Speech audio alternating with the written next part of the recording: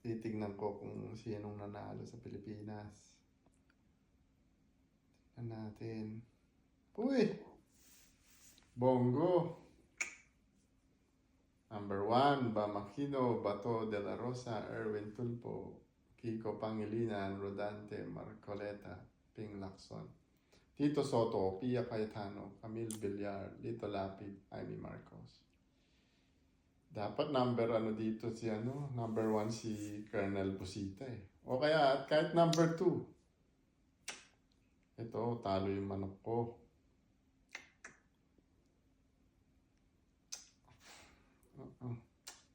Bakit natalo? Yun ang tanong ko.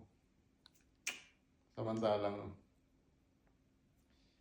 ito makikita yung parang, serbisyo talaga yung niya sa bayan eh.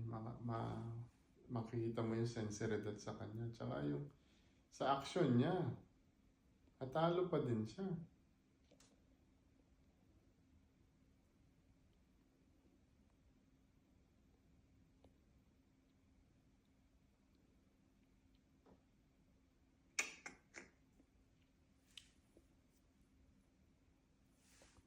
Ewan ko yung iba ditong nanalo.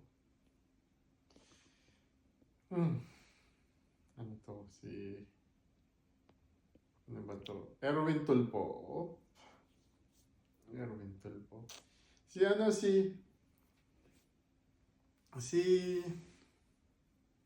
ba tawag dito? Di ba nakaupo pa si Rapi Tulpo? Dalawa na sila magkapatid.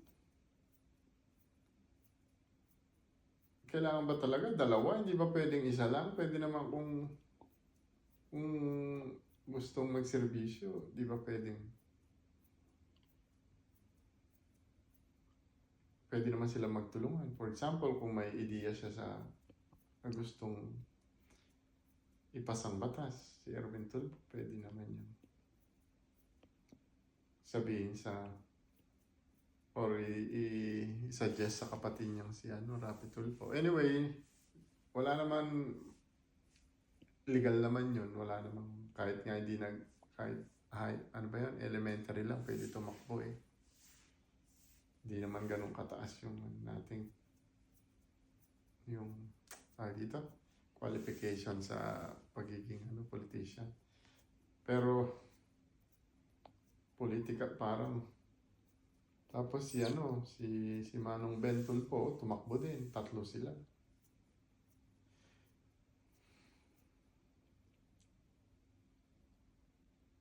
Uy.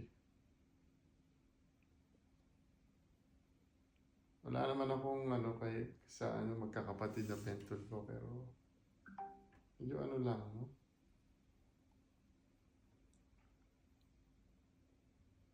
Si Colonel Busita talagang yung manok ko, kaso natalo. Sayang. Di bale, baka next time. Sana iboto siya ng mga tao. Kasi talagang makita mo sa kanya siya may pagbabago kung siya yung mahal sa Senado. Talagang yung puso niya nasa pagsiservisyo.